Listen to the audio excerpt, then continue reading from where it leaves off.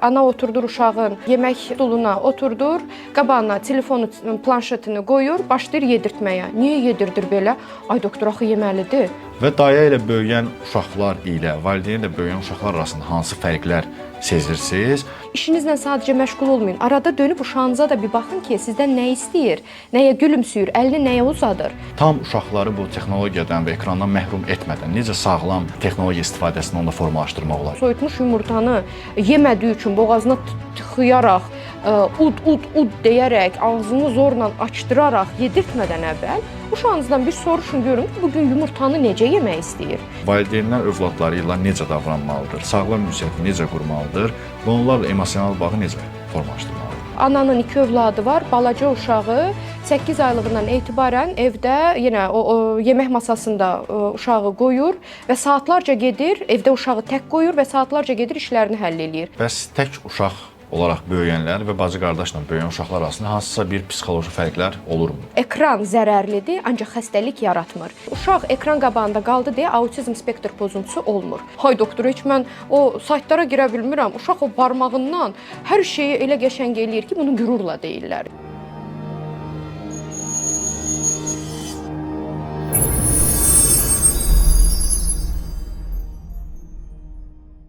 Salam. Sağlıq saatına baxırsa saata baxmağa ehtiyac yoxdur. Çünki sağlam həyatın zamanla yaşı bitməz. Biz də bu zamanı sizin sağlamlığınız fonuna dəyər qatırıq. Sağlıq saatının bugünkü qonağı uşaq və yeniyetmə psixiatrı, uzman doktor Aydan İskəndərzadədir.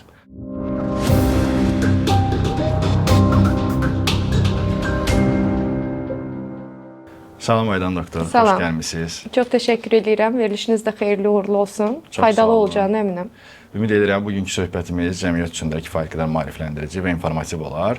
İlk mövzu olaraq soruşmaq istərdim ki, uşağın ümumiyyətlə ilk psixi sağlamlıq dövrü hansı yaşa kimi inkişaf eləyir və hansı dövrlərdə valideynlər sırf uşağın psixi inkişafında onların yanında və dəstəkçi olmalıdırlar və sizin yanınıza ümumiyyətlə pasientlər ən çox hansı problemlərlə yaxınlaşırlar? Əslində çox vacib bir sualdır. Çünki niyəsə uşağın ilk illərini, yəni uşaq ən azından yeriyib danışana qədər sadəcə uşağın fiziki inkişafına diqqət yetirilir.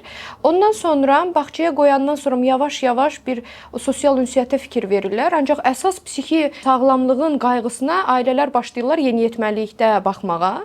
Tamamilə səhv bir yanaşmadır. Artıq yeniyetməlikdə mənə problemlərlə gəldikdə ailəyə deyirəm ki, keçmiş olsun. Yəni bu dövrdə sizə eləyə biləcəyim bir şey yoxdur. Çünki ailə gəlib nə deyir? Bizi saymır, bizim eşitdiklərimizi eləmir, ancaq dostlarının dediyindən oturub durur.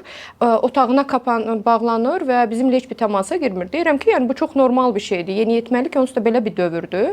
O vaxta qədər siz orada yatırım eləməliydiniz. O vaxta qədər siz onunla o möhkəm münasibəti qurmalıydınız ki, yeniyetməlikdə də ətrafına düzgün dostlar sərpişdirməliydiniz ki, psixi olaraq sağlam bir uşağın inkişaf mərhələləri davam etsin.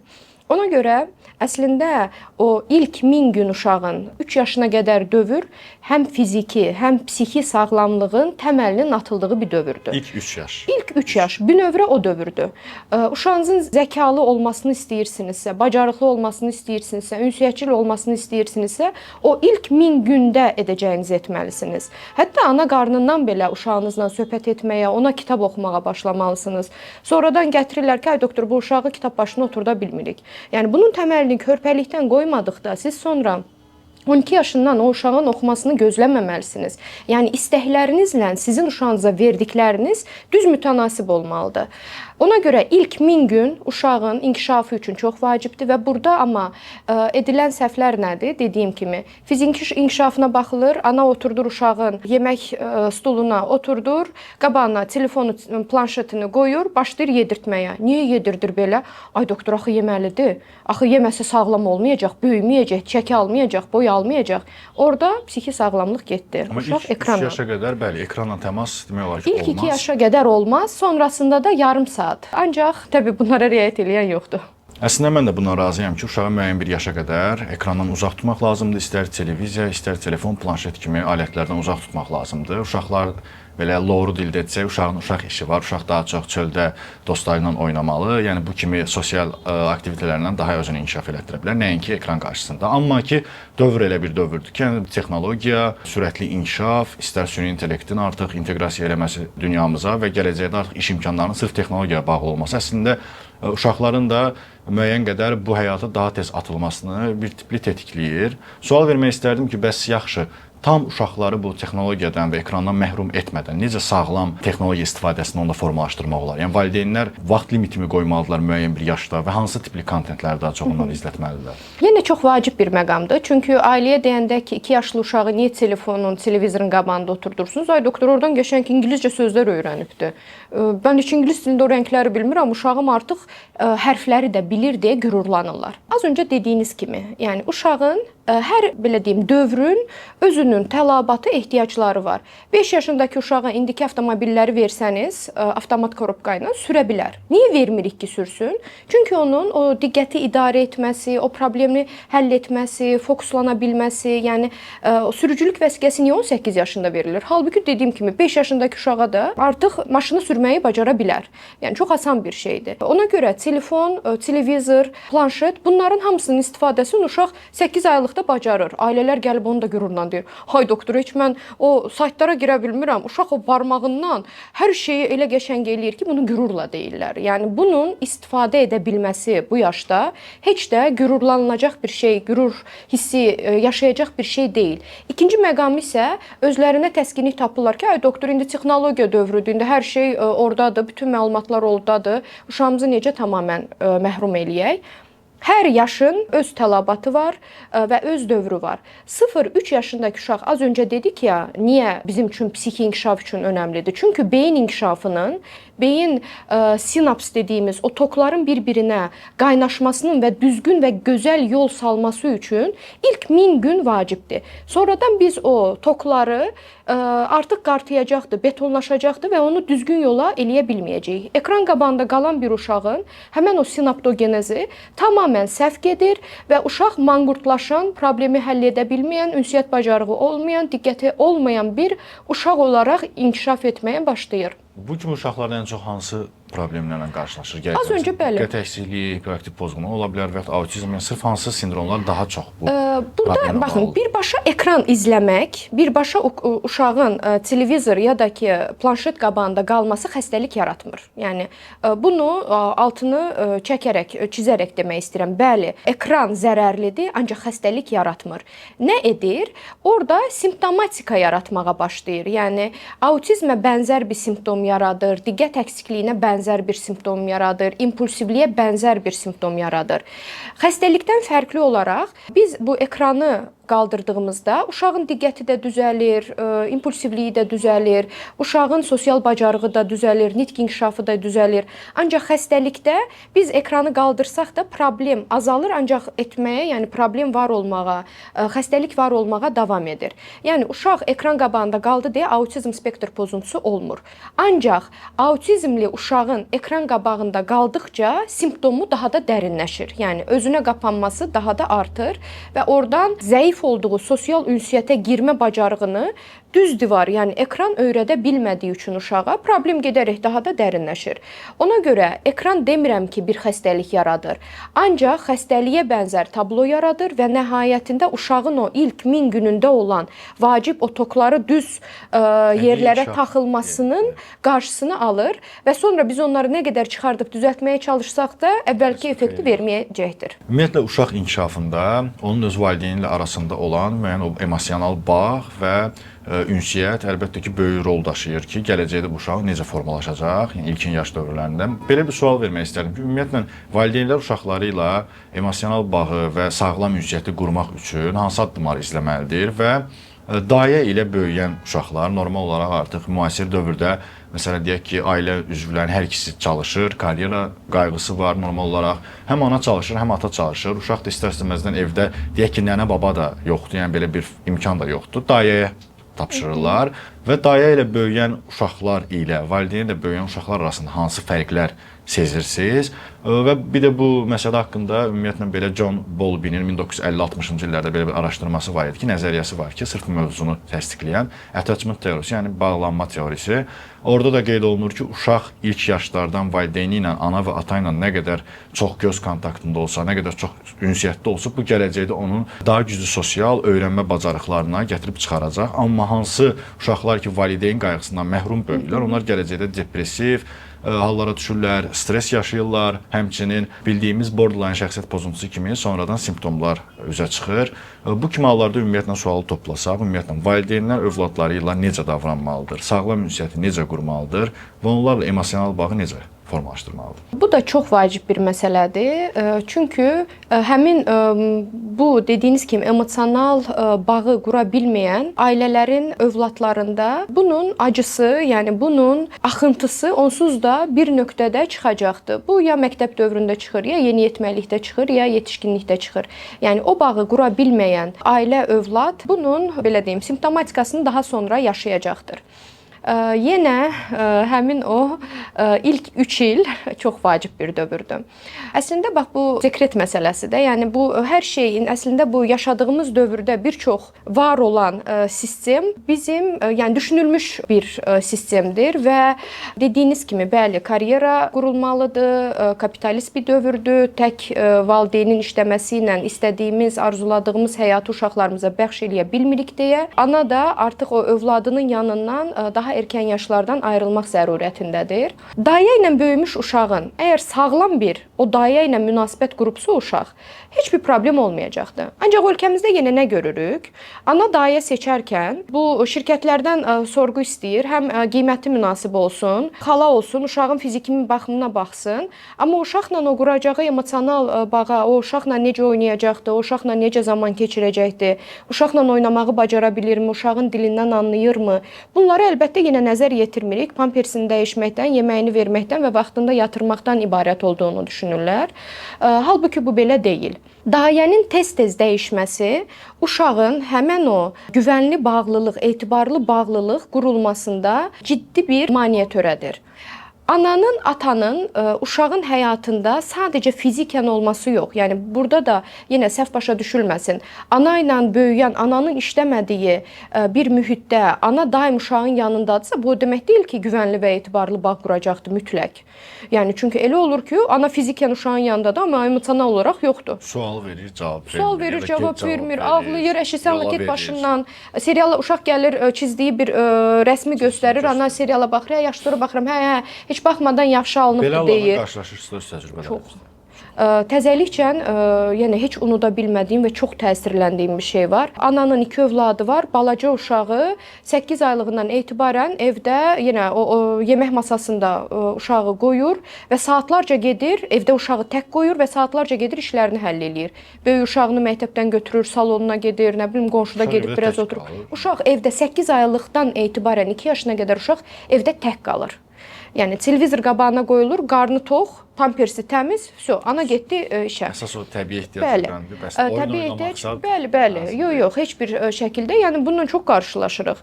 Onu demək istəyirəm ki, yəni bu demək deyil ki, işləyən ananın uşağı ilə etibarlı bağ qura bilməz, ancaq işləməyən ana ilə hər zaman övlad bağ qurur. Yəni orada ana uşağın hər ehtiyacına, yəni bax bu etibarlı bağda nəyi nəzərdə tuturuq? Biz fokus eləməyə ehtiyacı yoxdur. Uşağınızı ağladıqda qucağınıza götürüb onunla gözünə baxaraq, əlinizdə telefonla yox, gözünə baxaraq səs tonunuzla onu rahatlatmağa çalışmaq. Ağladı, sadəcə ağlayanda yox, neşəlidir, sizlə aquluyur, onunla söhbət eləyib o aqulamasını davam etdirməsini sağlamaq. Oyun oynayır, yaxşı uşaq özü tək başına oynasın deyil. Siz də gedib yanına oynayın. Sizin ayağınızda, siz yemək bişirərkən dolandığınızda işinizlə sadəcə məşğul olmayın. Arada dönüb uşağınıza da bir baxın ki, sizdən nə istəyir, nəyə gülümsüyür, əlini nəyə uzadır. Yəni bunları edərək uşaqla etibarlı bağı qurursunuz. Yəni sıcaqlıq vermək, həmin o doğmalığı vermək, o səsinizdəki, gözünüzdəki o sevgini və şəfqəti, qucaqlamanızdakı istini hiss eləyəcəkdir.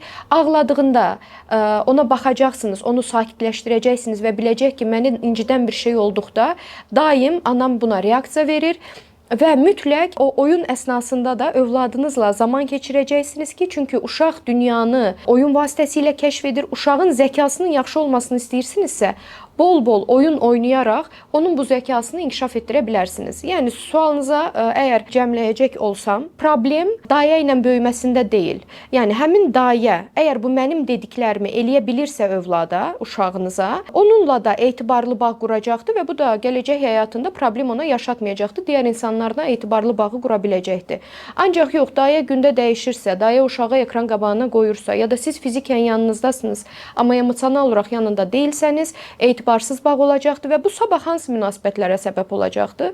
Özünü kəsən uşaq, intiharı düşünən uşaq, münasibətləri davam etdirə bilməyən bir uşaq. Sevgidən yoxsul, bəli, özünü daim dəyərsiz, özgüvənsiz hiss edən bir uşağa gətirib çıxacaqdır ya da pasiv-aqressiv ya da ciddi aqression sorunu olan, antisosial davranışları olan bir uşağa çevriləcəkdir. Bildiyimiz kimi valideynlərin uşaqlarla belə deyim ünsiyyəti və ya da vaxt keçirmək istəyəndə daha çox ağla, normal olaraq daha çox ana gəlir. Niyəsə ata həmişə qalır bir sərhəddə. Yəni ata yəni əlaqə qurmasa da olar, ünsiyyət qurmasa atanın əsas vəzifəsi odur ki, işləsin, evinə pul gətirsin, vaxt keçirməsə də olar. Amma nəzərə almalıyıq ki, yəni elmi araşdırmalar da bunu deyir ki, ata ilə uşaq arasında emosional bağın formalaşmaması gələcəkdə onun öz sərhədlərini müəyyən etməməsinə, şəxsiyyət kimi formalaşmamasına və məsuliyyət hissinin onda olmamasına gətirir çıxarır. Ata çünki daha çox xarici dünya faktoru oynayır və bu da onun yəni gələcəkdə sosial bacarıq, hansısa bir risk alma kimi keyfiyyətləri onda formalaşdırır. Ümumiyyətlə soruşmaq istəyirəm ki, həm sizin yanınıza gələn ümumiyyətlə pasientlərlə məsələn söhbət əsnasında gəlib çatdığınız bulğulara əsasən, həmçinin də ümumiyyətlə belə Azərbaycan cəmiyyətində gördüyünüz qədərilə sizcə atalar nə qədər övladları ilə vaxt keçirməyə meyllidir və ümumiyyətlə ana övladla nə qədər vaxt keçirirsə, ata da o qədər vaxt keçirməlidirmi yəni? Yenə çox vacib bir məqamdır cəmiyyətimizdə qarşılaşdığımız. Əslində əvvəlki kimi deyil. Daha yaxşıdır ata-övlad münasibəti.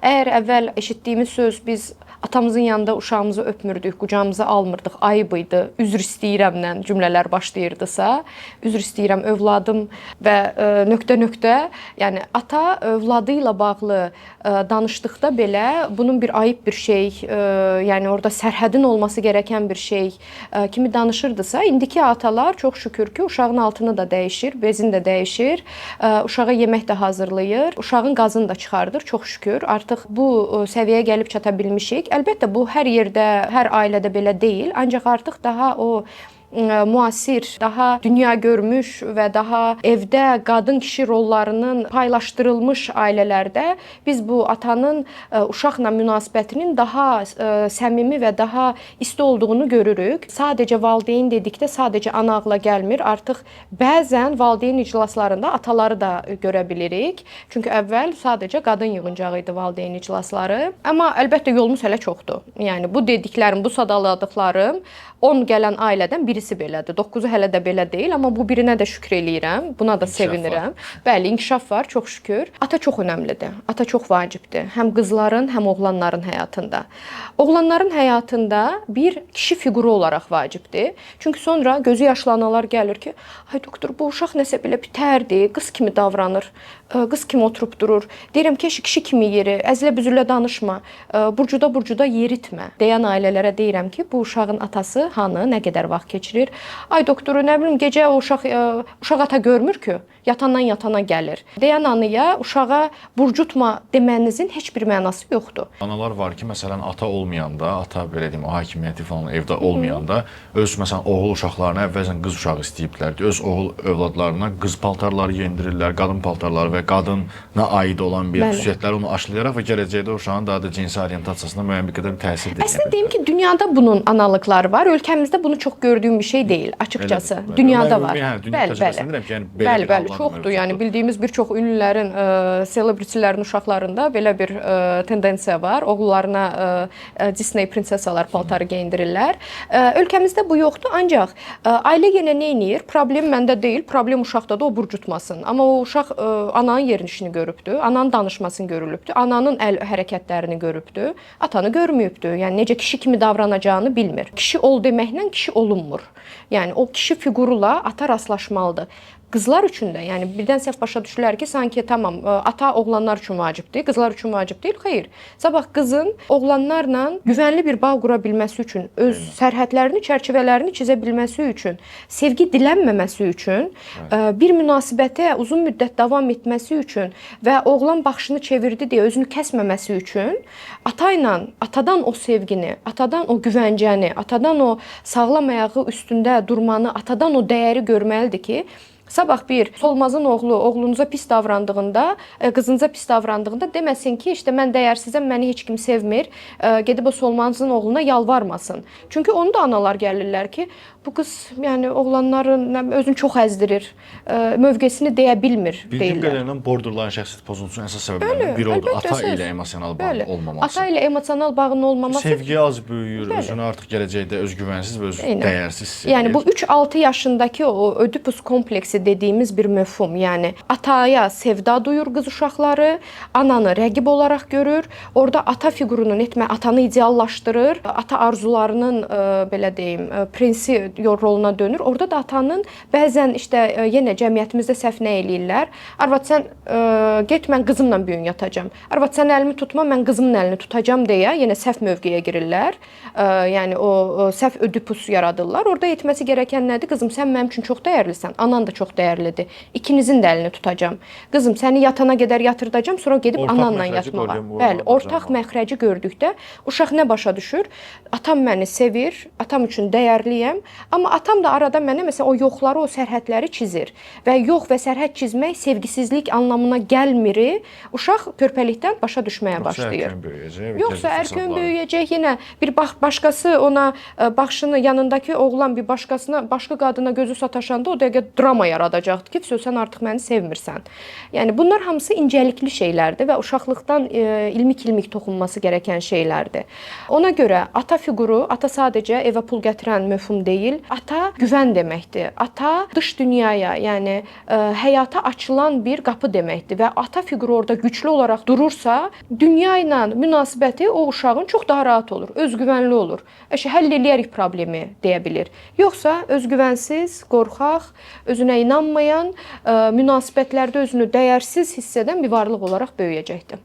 Bu daha çox bizim cəmiyyətə və daha çox inkişaf etməmiş cəmiyyətlərə aiddir ki, biraz mental təzyiqlər, mental bariyerlər, uşaq işi var, uşaqsan otur, uşaq yerində kimi cümlələrlə uşağı daim qərar vermə, sərbəst düşünmə kimi və yaxud da sərbəst fərd kimi formalaşmasının qarşısını alırlar. Məsələn, uşaqdan heç vaxt paltar alanda belə uşaqdan soruşmurlar ki, yəni sənə bəlkə bu paltar istəyirsənmi və yaxud da bunun hansı rəngini istəyirsən? Qərar vermə yetisini formalaşdıran uşaqlara heç bir sual, sorğu edilmir. Hətta mən xatırlayıram ki, məsələn, yadıma gəlir ki, 6-7 il öncə Fəvvarələr meydanında bir turist gördüm. İrland idilər və uşağın hardası olardı bir yaş yarım, 2 yaşı falan.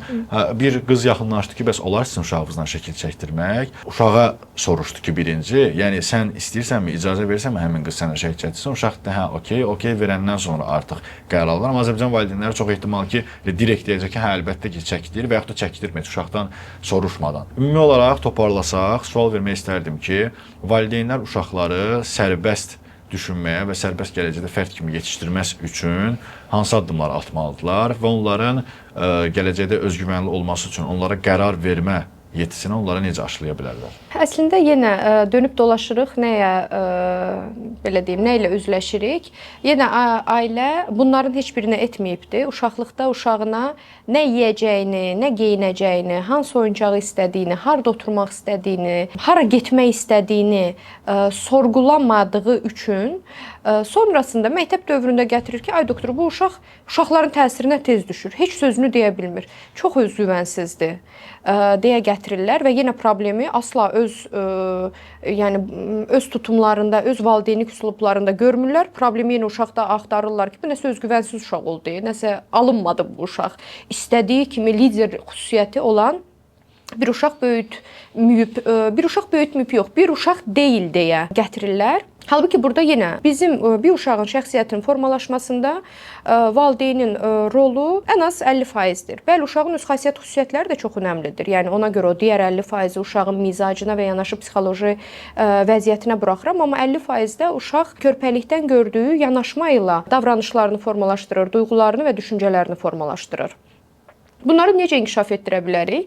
Bu dediklərimi, yəni avtomatlaşdırılmış bir şəkildə uşağa paltar geyindirmədən, uşağı gəzməyə aparmadan, uşağın qabağına yemək qoymadan, uşağın oyuncağı almadan hər səfərində uşaqdan bir dönüb soruşmaq. Amma burada da səhv başa düşülməsin. Yəni bunu nəzərdə tutmuruq. Bir oyuncaq dükanına girib, oğlum, hansını istəyirsən seç demək deyil.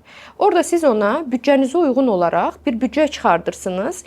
Uşaq pul mövhunu başa düşməsə də 2 ilə 0 arasında başa düşə bilər. Yəni 2-0 yazılana qədər oyuncaqları, 20-yə qədər yazılan oyuncaqları ala bilərsən deyə bilir. Ya da ki, özü seçim sunur ki, 5 dənə oyuncağı gətirir, deyir ki, bu mənim büdcəmə uyğundur. Bunların arasından uşağınızın zövqünü öncədən bilərəkdən qabağına qoyursunuz ki, hansını almaq istəyərsən.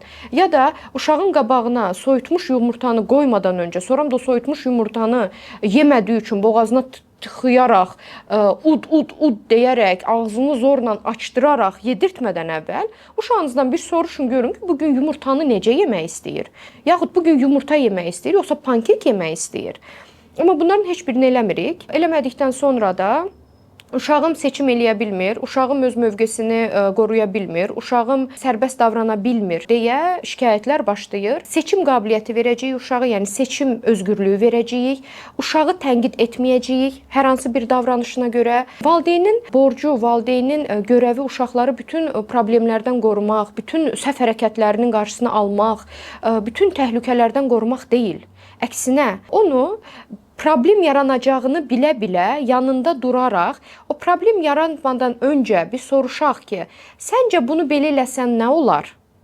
Və səhv seçimi eləsə belə övladı, tamam, məncə nəticələr bu olacaqdı, amma istəyirsən bir edək görəyi görsün, o uşaq o problemi yaşasın, o hüsranı, emosional hüsranı yaşasın. O emosional hüsran əsnasında sən də bir valideyn olaraq yanında dur, onun o böhranından çıxmasına icazə ver. Belə möhkəm bir insan böyüyür. Belə problem həll eləyə biləcək dayanıqlı insan böyüyür. Amma bizim ailələr nə edirlər? Uşağı heç bir problemlə ayağına daş dəyməsin mövhumuyla böyüdürlər. Heç bir sıxıntı yaşamır uşaq. Amma dünya axı evdən ibarət deyil. Sabah bağçaya gedəcək, orada problem yaşayacaqdır. Məktəbə gedəcək, problem.